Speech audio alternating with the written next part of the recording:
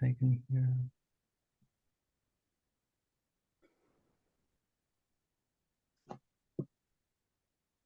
We'll get started in a few seconds. We're just allowing people to trickle in. We're almost there.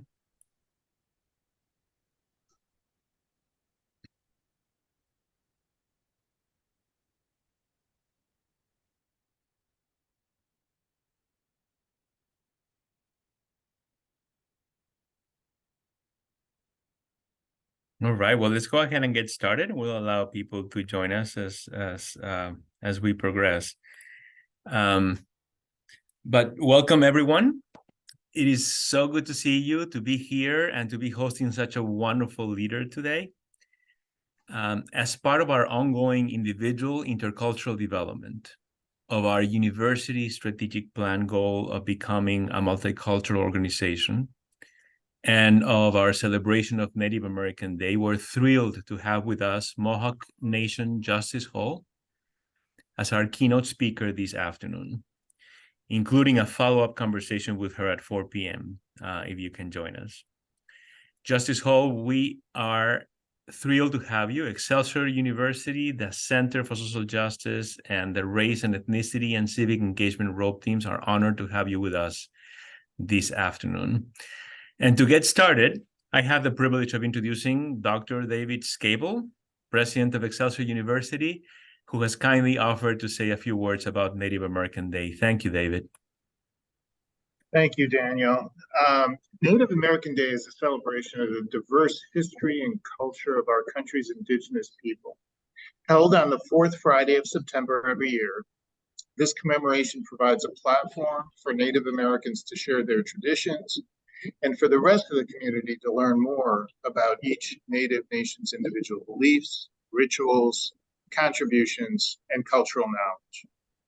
Native American Day is our opportunity to immerse ourselves in the rich heritage of the many indigenous tribes that lived here long before the founding of the United States, to celebrate their art, music, and history while reflecting on the genocide and struggle they faced in our shared cultural past.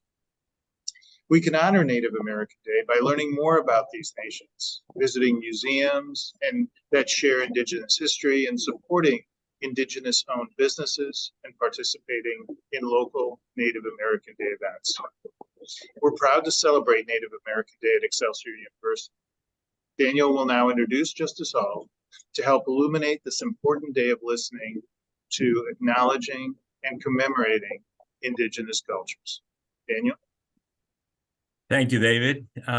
So as David said, and I have now the privilege of introducing Justice Hall to you all.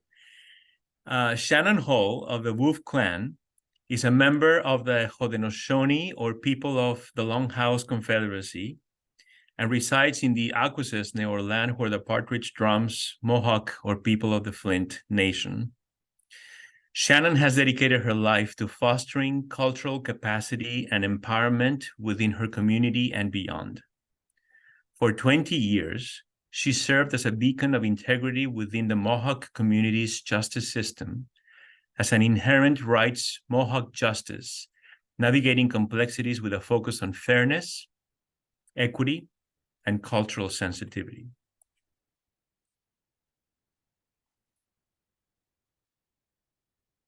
Shannon's passion for education became a transformative force as she recognized the power of knowledge and dismantling barriers and uplifting community, allowing her to nurture the cultural capacity and growth of her people, who have faced the horrors of genocide, the destruction of their culture, and the near erasure of their identity. Shannon's commitment to her community and cultural responsibilities can be demonstrated through her work as a sole proprietor of Pathfinders Consulting, providing holistic health and wellness services to First Nations communities and organizations, and as a founder of Project Good Mind. Shannon's informal education consists of a master's degree in educational leadership from St. Lawrence University in Canton, New Jersey, a bachelor's degree in liberal arts, and an associate degree in law and security. Thank you, Justice Hall, for your leadership, partnership, and for your presence today. The floor is yours. Oh, thank you so much for having me. It's such an honor to be here with everyone. And I'm so grateful that people are taking the opportunity to participate today and be a part of the teachings today. And hopefully we'll be able to reciprocate and you'll be able to teach me as we kind of move forward to the presentation and then engage in a dialogue after. So my formal introduction is going to come after I start the presentation because it's a part of it. So I'll wait until then. In addition, thank you, Daniel, for inviting me. Thank you for being consistent, and thank you for staying on top of and keeping our relationship warm in the last year, I'd like to say, since we were first introduced. So everybody from Excelsior, thank you, Daniel. Thanks, everyone. This was a team effort. Yes. So I'm going to go ahead. I'm going to share my screen and we're going to get started.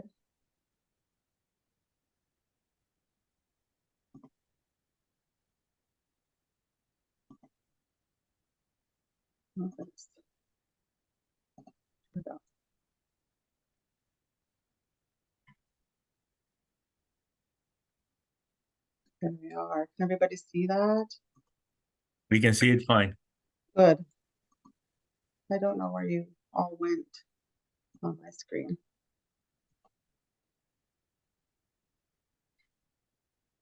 If you're using more than one screen, we might be in a different screen.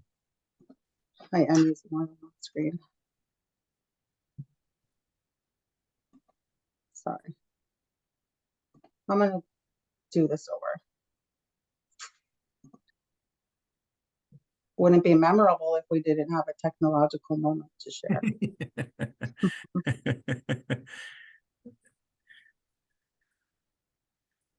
The blessings and the challenges of technology. Correct. I heard that. I was gonna say with Frank here.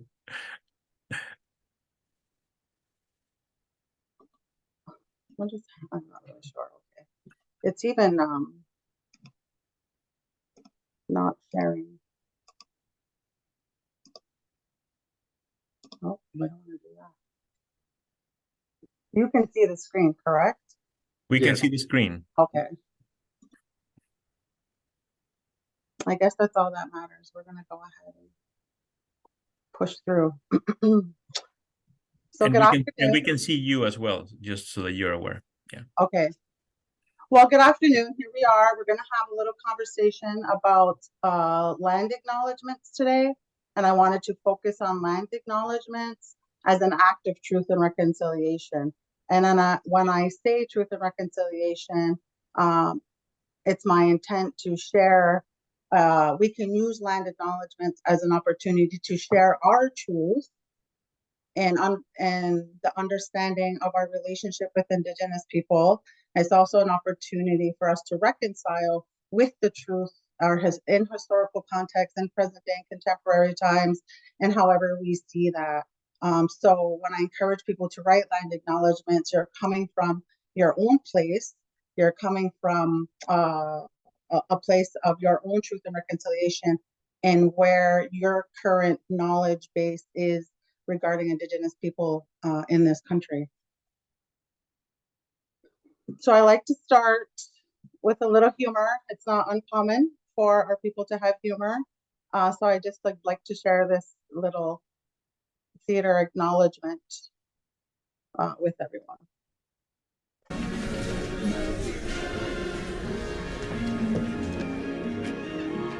Hello. Oh. Hello. First, I'd like to remind everyone here to turn off your cell phones. Before we begin this evening's performance, we would like to acknowledge that this theater stands on territory of the Anishinaabe, the Haudenosaunee, the Huron-Wendat, and the Petun First Nations. We are also mindful of broken covenants and the need to make right with all our relations. And now, please enjoy the show. Oh, sorry. Hello. Sorry. Excuse me. Should we go? Excuse me? Oh no. I just mean if we're on someone else's land, shouldn't we leave? Oh, no. The theater is here now. We'd just like to acknowledge whose land it is. I'm sorry, I'm so confused. So if we're on someone else's land, shouldn't we do something about that? Or Hopefully we'll enjoy the performance. oh, okay, so some of the money from the ticket sales of the show are going to the Indigenous communities? Well, no. Oh, a portion of them? No, the ticket sales go to the theater. So is the money from the bottled water sold here going to the First Nations for clean drinking water, or? Oh no, that money goes to Nestle. Nestle. They're a sponsor. I'm so sorry. I'm so confused. So whose land are we on? What are we doing? It's a dialogue. How are we making right? Well, there's a plaque you can read in the lobby. I don't understand. I'm getting a message from the stage manager that we need to begin the show, so please take your seats. But Have a good time. but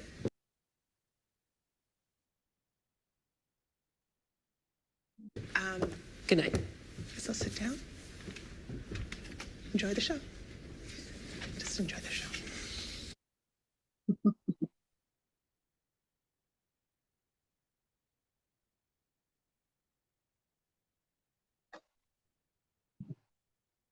Not able to move forward.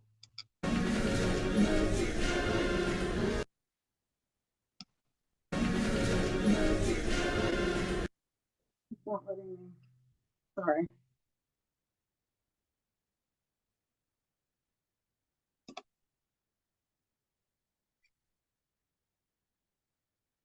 Are you still with me? We are Hello. here. We see Okay. you and we hear you. Okay, sorry. Yeah. So I like to just share that video. I think it's a good opportunity for us to just take this discussion and this teaching, lightly, not too heavily. There could be it can be a very heavy conversation sometimes, especially when we're aware of our relationships with Indigenous people in this country. And so it's important to stay light.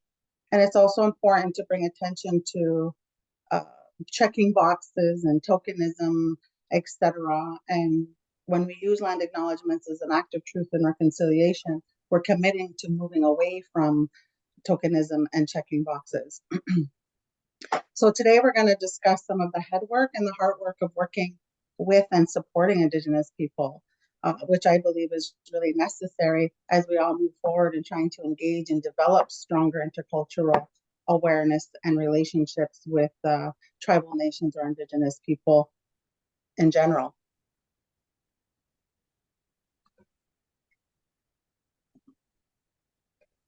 I'm going to start with a brief introduction of myself that I like to begin with. It's a who am I, and if you can see my cursor,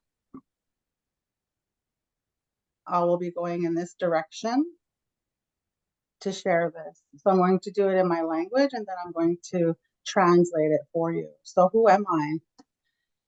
Kahnesante Yungyat, Wagyatahuni, Dana Waganyakahaga, Dana Wani Diosa, Wana Diosa Yundagat, Ne Aget Nistaha, Owisagahe Luayat, Ne Laget Niha, Lagawi Lawayat, Lagjia, Dano Chris Lawayat, Ligaa, Dano Deganahdogo Lawayat, Ligaa, Dano Sawades Gaha, Lawayat Squene, Ligaa Gaha, Yawendanawa Lawayat, Sixtaha, Asanahadi Wagiwala, Satikalohio, Dano Alovio, Dano Dahaki Wate Lumondiat, Neke Yoagua, Anadaga, Dano Akwesasne, Nediwa got the Gnidalo.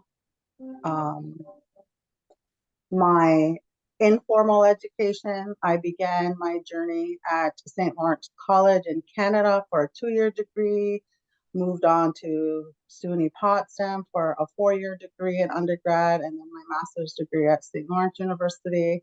And my more formal education, what we call from Akwesasne, and my cultural teachings and practices happened in this particular building, which we call a longhouse, which we were moved into after, in history, you can see like we practice, it's a way of life, but now it's relegated into ceremonies into what we call the longhouse. So I put the pictures here for a reason. I think it's important. We use a lot of symbolism to help us retain and transmit knowledge. And I would love anybody if they would like to take a guess at what my Mohawk name means.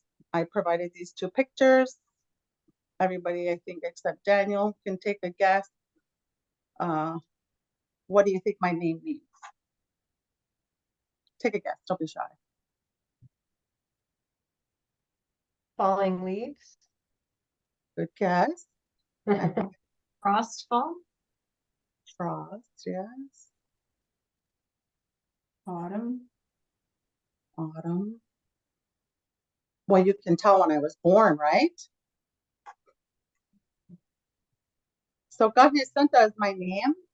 So my name means, so you know, in the time of the season when there's the first frost, like it's coming now. The first frost is coming now. We're all waiting for it. We're all harvesting, and we're getting ready for that very first frost. And it's an indication of change. So my name means she brings change. I was born in October, so Haudenosaunee Yungats means that is my name. Haudenosaunee means I am from the Wolf Clan. Waganyakahaga means I am from the Mohawk Nation, where we don't say Mohawk. That's a colonial name, but we say Waganyakahaga. This is a picture of a Gastoa. A Gastoa translates into dome, which goes on our head. And so you can identify and recognize our nations, even in contemporary times, by the men who wear these Gastoas. They make and wear these Gastoas themselves. And it's indicative of their nation by the number of feathers that are sitting on top of the Gastoa. So this indicates, the 3 feathers indicates that it's Mohawk. So Onondaga might have 1 feather, Oneida will have 1 feather laying down, you know, Oneida 2 feathers. So they all have different, and that's how we can recognize which nation people are from, based on when they're sitting. And you'll see men wearing these today, and not just in ceremony, but sometimes in political conversations, or when they're out and about in protests, or in ceremony, or when they're sharing the culture. This indicates that these are my parents. My mom is from the Wolf Clan and my father's from the Eel Clan. We are a matrilineal society. I come from a very strong matrilineal background. We had traditional leaders. I've been very fortunate to be able to be a part of a family that has been very active in activism, in sustaining our culture, and also in the work of revitalizing and moving forward. So it's important to let people know I'm from the Wolf Clan like my mom. I have 4 brothers, 3, 1 which is older, 3 which are younger. I share with everyone my older brother Lagawi, so they have English names as well. And the reason why I have Chris there, my the brother right after me, this is a time when my own mother was struggling with her identity as a Mohawk woman. She grew up in what we call also, she grew up in Akwesasne. However, she was subjected to the schools within the territory of Akwesasne, which is, in relation to residential schools, we call them, they call them Indian day schools. So even though my mom wasn't taken out of her home to move away to go to a residential school, the schools within the territory were also run by the church. And so a lot of our people were subjected to Indian day school practices, very similar to residential day. So they went home on the day. So my mom speaks a lot about she would speak the language at school and she would get hit for it. And then she would go home and not speak the language and she would get hit for it. So there becomes this process of her going back and forth. And so my brother, which came after me, so I have an English name. We all have English names, but we also have our traditional name. But she didn't take him to get his traditional name because she was struggling at the time with different things. And so I just put that out there as a reminder, not just for me, but for everyone also, just to understand that the healing process over time changes for all of us. We're doing the work. However, it doesn't mean that the struggle isn't real. So I only have 4 brothers. 1 passed away. I have no sisters. So my younger brother, he was 13. He was murdered at the young age of 13. I show him laying down, and in our language, we say this word right here, gaha, which is indicative of he's gone before us. And so that just let people know that he's no longer here, and just for spiritual purposes, we don't hold him here by using his name. We just say, my brother has gone on before me. This shows you, again, my family, my partner, and I have 3 sons. I have no daughters. So I have Satagalohio, Alawio, and Dahogyobote. None of them have English names. They only have their traditional names to use. And this map is indicative of, to demonstrate, my father's from the Onondaga Nation and my mother's from the Mohawk Nation. And this map also shows the once vast amount of land that we occupied in eastern parts of New York State and lower parts of Canada, and now we've been relegated to reservation and smaller territories. And then, of course, my formal and informal education. And I like to say, in my language, I say Shannon Hall, which means Shannon Hall is my nickname, even though that's my English name in English. So it's a little bit about who I am. And when you come across, I like to do this little teaching in my introduction. When you come across some Indigenous nations, the extensiveness behind such an introduction is also considered a ceremony and respectful. It's to let each of you know where I come from, where my attachments are land-wise, who am I attached to, and where a lot of my teachings are anchored. And so you can see, you know, as part of the Haudenosaunee tribe, and there's a lot of mobility in today's world, but it's important for us to share with each other where we're anchored and where we're from. And I think it helps the beginning of understanding our intercultural relationships and the awareness that we can share with each other. So let's get into some work. We're going to do some head work and some heart work today in our conversation about land acknowledgements. We're going to do a little learning and feeling, things that I feel like are required in advancing our relationships and our understanding interculturally. Let's do some head work. So when I talk about the head work that needs to be done, I'm talking about the academic work of learning about Indigenous people. To me, this is the easier part of the work. So we want to challenge ourselves in what we understand about Indigenous people. We understand that there's a gap of knowledge when it comes to our understanding other cultures in general. But for us, there's a lot of opportunity now to do some academic work. And in order of us to create and have a true act of reconciliation in building our land acknowledgements, it's going to require us to do some of the head work. So these are just some different questions that I like to pose to people, and them learning or being more self-aware of the academic work that they've done, need to do, or haven't done, or haven't thought of. So I thought that we could do a quick breakout room. We're going to put like 3 people.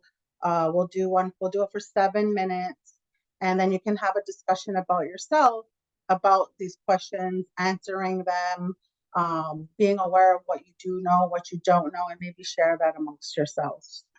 And I believe they're going to help us and just put us in random. So we'll go ahead and we'll do that now. And hopefully you guys can engage in a conversation about these questions. Thank you, Justice Hall. Just as a logistics piece, as Nyla prepares the breakouts, I recommend taking a picture of the screen because you won't be able to see the slide when you go to the breakout.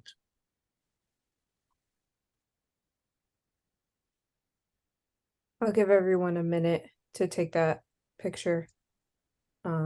Thank you, and Nyla. get started. No problem. Yeah, maybe just give a thumbs up.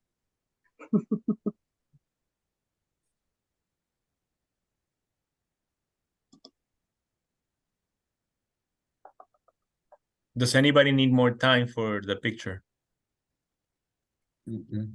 I think we're ready. Okay. Nyla. Here we go.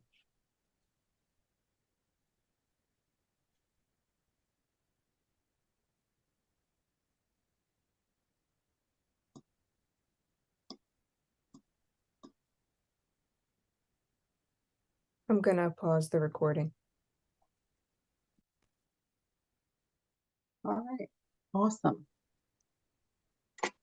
So is there any, off the top of your heads from that short dialogue, any other examples of head work that you were able to come up with or was shared or discussed? I'm gonna have to. We learned in our group that we had a resident. I won't embarrass him by saying expert, but we had a colleague who is very knowledgeable, much more so than any of the rest of us, about local Indigenous culture and info. I'm going to call you out, Mark Oppenheer. Right.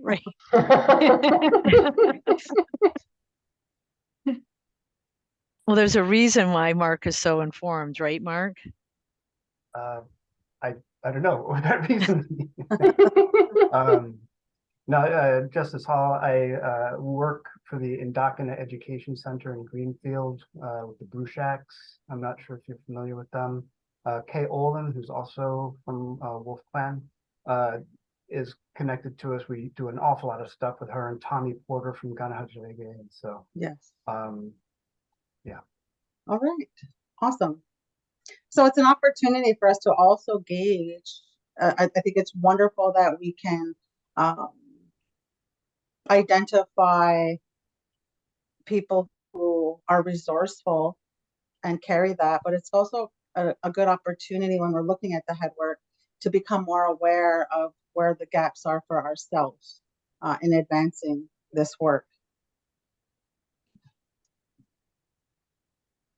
So we're going to take a couple minutes and we're going to do similar with the heart work. When we navigate our relationships and our understanding and increase our intercultural awareness, it's important that we understand that there's head work and heart work to be done. And one and the other are the same. So it's kind of challenging, especially in understanding how can we reconcile relationships. When we think about our own personal relationships in general, we know that there's some emotionality involved. So when I talk about the heart work, I'm talking about the emotionality of learning to situate yourself in relation to Indigenous context. So heart work can be very challenging because what it does is it challenges our biases. It makes us aware of those biases, which can be very difficult. It challenges our beliefs and it challenges our attitudes. So exploring some of the heart work you are working on or in understanding yourself in relation to that into Indigenous context. I ask these questions, so we'll do the same. If people want to take a picture of these questions, and we're going to put you into breakout rooms again. And I encourage you to be, as comfortable as you feel in these learning groups. Like, if you don't feel like you have bias, then say you don't have bias. If you feel like you do, then you talk about it. Just being very authentic with understanding where you are in relation to this and what does make you uncomfortable and what doesn't make you uncomfortable. It's important for us to acknowledge where we're at emotionally, which in my understanding and experience can be very difficult when we work in the current systems that we work in, which aren't really conducive of or encouraging of us to be emotional or to share our emotions or to have them. And so I know I realize I'm asking something completely different for you to experience and share with each other. Not that we don't share emotions overall, but we don't normally work and operate within institutions that are conducive to understanding the emotionality of where we're at and to what's happening. So yes, we're going to go ahead, take a picture, and then we're going to move into a breakout room again to give you an opportunity to explore some of this heart work with each other.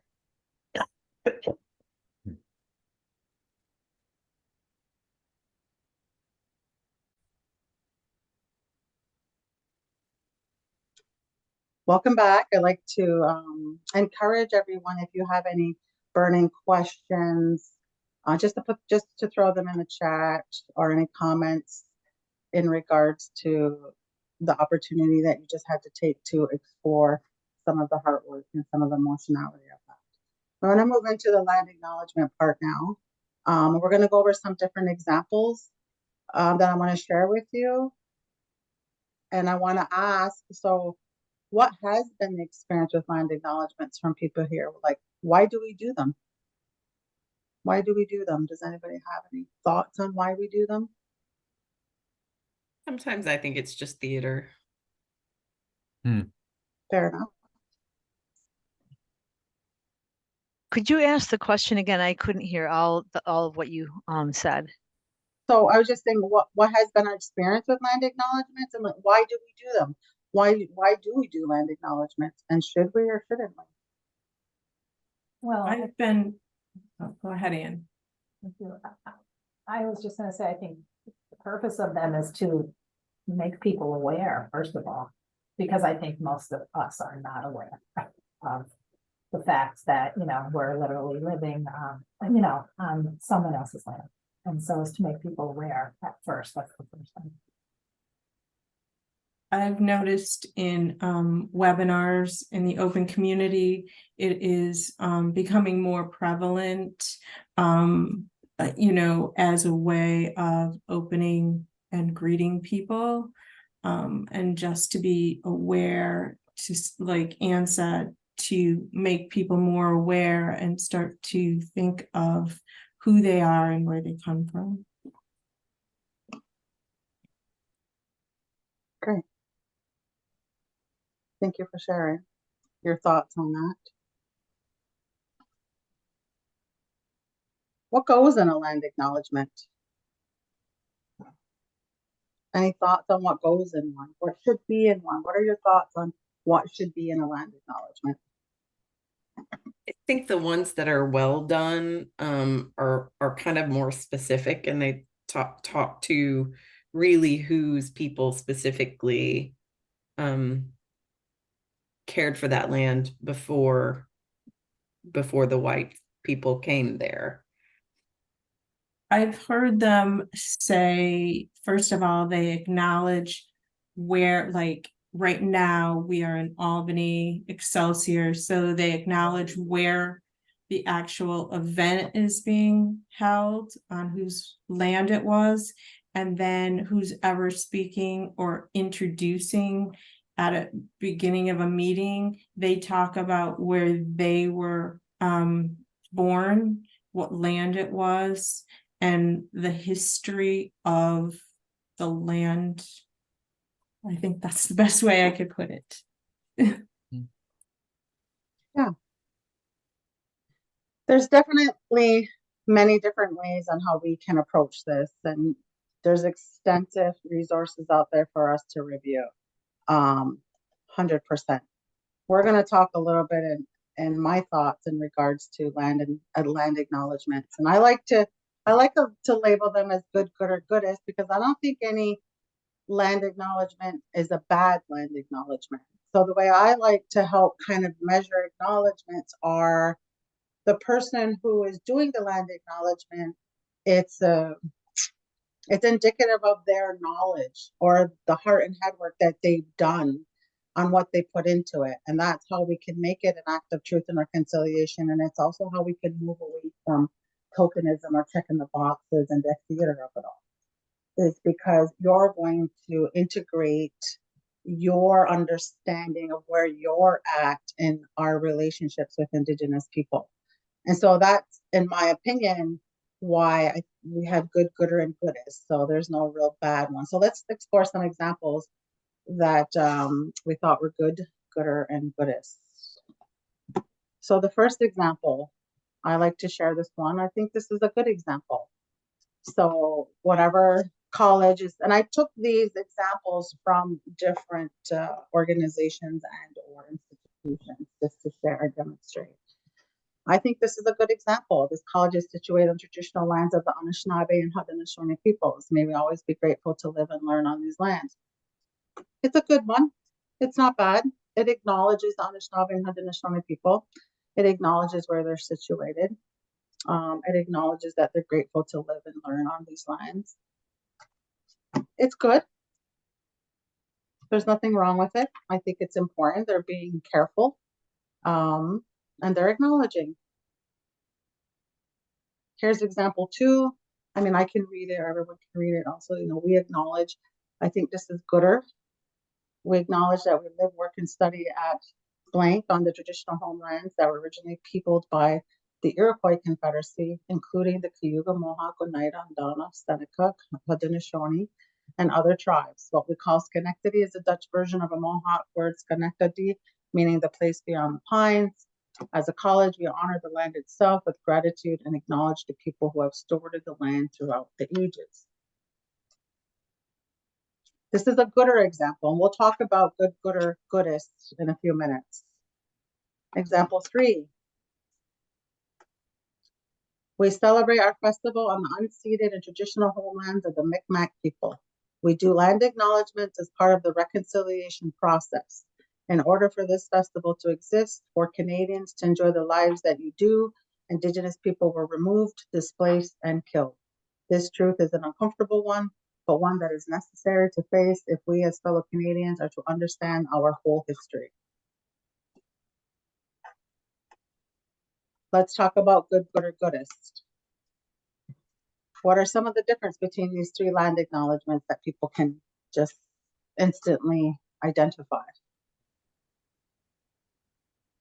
I like that the second one calls out a piece of language specifically.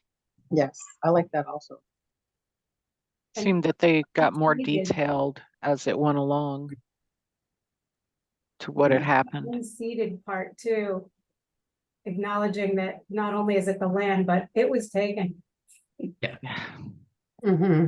I think the third was you could feel more of the heart work was put into it, compared to the others. Yeah, I think with the third one, it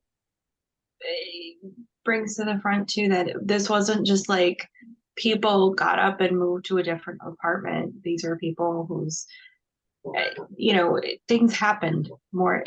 Sorry, I don't know how to phrase it. It's more than just people got up and moved. Yeah. Right. I could be wrong about this, but it seems to my naive thinking that the third one might have used a word Micmac that is an authentic term and not a Western term imposed upon Indigenous groups, which is important. Yes, 100%.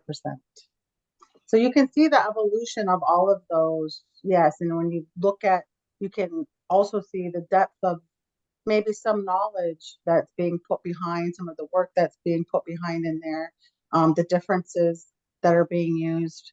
Like I said, like you're all correct, right? There's different elements in each one, I feel like, which is an expression of the writer or the person that's developing that land acknowledgement. So some factors to consider for a goodest land acknowledgement. Clearly, I resonate with the goodest one, which is why I labeled it the goodest one, because like someone else stated, if there's clearly hard work being done, there's head work and hard work that's being done, and you can really see the way that's wrapped in that land acknowledgement. To me, it's very powerful. It's very to the point. It was very direct. This is the reality of what happened, and it's an ugly reality for all of us. It's an ugly reality for our relationship, but it's also time for us to move forward. So we can acknowledge those relationships, and we can also acknowledge the fact that we're striving to move forward, to create healthier relationships now, and to change those relationships. So we have to be able, we can do that using a land acknowledgement as an act of reconciliation and the truth, and our truth. Each of us has our own truth with the historical context that we're aware of. So some factors to consider for a goodest land acknowledgement. I can't stress enough that it's a living, dynamic, and evolving statement. So as your land acknowledgement should not be static. You can begin your land acknowledgement, always consider your audience because it could change. I feel like, especially in an educational institution, we should have 15 people. We could, if not more, everybody, we could call on any one person to do their land acknowledgement, depending on who's working on it, depending on who's your audience and which is shape it. And it could change according to your knowledge and the work that you're doing. So I've worked with a couple different people in different institutions who are writing them, and there's no wrong place to start. If you're at the good one, because that's where your knowledge base is, then be humble and be okay with that, right? Don't be ashamed of that. You're just acknowledging where you're at with things, and that's where a lot of people are at. But you have an opportunity to expand on that, especially after today's session, and understand that your land acknowledgement can evolve to what you will define as the goodest land acknowledgement. Some other factors, yes, include the nation and territory, include the language of that if possible. It's always great for cultural revitalization and language revitalization purposes to be inclusive of that language when possible. I would encourage it. Are you in a treaty? Are you in a treaty zone? Have treaties been in there? It's different between our northeastern tribes compared to our out west tribes. Different treaties have been signed with the government. Try to be aware if you're on treaty lands, and that could be more applicable in Canada than it is in the United States. Situate yourself in your organization in relation to where you're at with things in your Indigenous relations. Identify if you're taking any actions yourself to learn and be in relation. And that's really like, you know, I'm actively educating myself in this process. I have a person that I worked with where I engaged in a conversation and shared with him my current home, like where I grew up was affected by International Seaway Corporation, which our community is still in dispute with and in court over, and how that dispute led to we weren't able to plant on our territory or in my backyard. We couldn't even do gardens anymore. And so then he took that information and that interaction and that dialogue that he shared, and he challenged people in his next land acknowledge about, like, while you are planting your seeds of tomatoes and whatever in bountiful soil, Indigenous people continue to suffer from some of these atrocities in contemporary times. So that's how he took it. So as an opportunity to educate. So just identifying actions that you're taking yourself to learn and to be in relation to, include that. Get emotional. Don't be afraid to get emotional. It's an emotional process for each of us. When we think about revitalizing and restoring relationships, it's going to require us to get emotional. That's not a bad thing. Don't be afraid to be humble or stumble. I tell people that all the time. Be humble about where you're at in your knowledge base, and don't be afraid to stumble, and be humble in the sense that you can share. Yeah, maybe my understanding and knowledge right now is very limited, but I'm working. I know myself as a person, and I'm working towards it, and I aspire to make this better and evolve. Don't make it a part of us or part of housekeeping and performance. We want to move away from the theater. So this is an opportunity. If you treat it as an evolving, dynamic, living statement and not a static one, then we can move it away from this tokenism and checkbox, because you don't know. Your land acknowledgement isn't going to sound the same, and it shouldn't sound the same. It should grow as you grow. So it doesn't become I'm just standing up there and I'm saying what the college has instituted us to say. So the whatchamacallit, the tagline is a great place for us to start. I'm not against taglines. Yes, the taglines can be performative, but they can also be a beginning, depending on how we want to look at that. And pronunciation matters. So if you have an opportunity and a resource or somebody that can help you, or you can reach out on how to properly pronounce the terms of the nations in which you're acknowledging, that's important. Yes. That's going to conclude that part of our interaction today and that part of our relationship. And I think we're going to move into thoughts or questions or comments. Is that what we're doing now, Daniel? Let me first say thank you, Justice Hall, for sharing your story.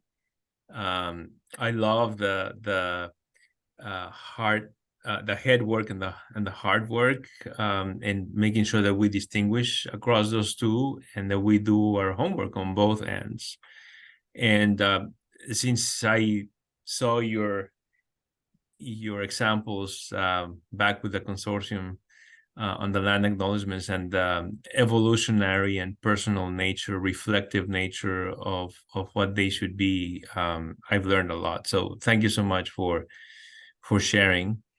Let me quickly say thank you, Naila, for all your help with the session, and thank you, Pam, for all your support. And marketing was part of and communications was also quite involved. So thank you so much for all your work. I know that there's a group that even before my time started to work on this. So thank you everyone who has been involved in that, the group that we call the Land Acknowledgement Group. So let's devote a few minutes to engage with Justice Hall on comments and questions and thoughts about her presentation. Then when we conclude that, we'll transition into a more formal conversation with her about what Excelsior University can do. But the floor is open for anyone to ask or to reflect. Do we stop recording or we continue recording? Let's stop recording. I think that makes sense. Thank you, Pam. And I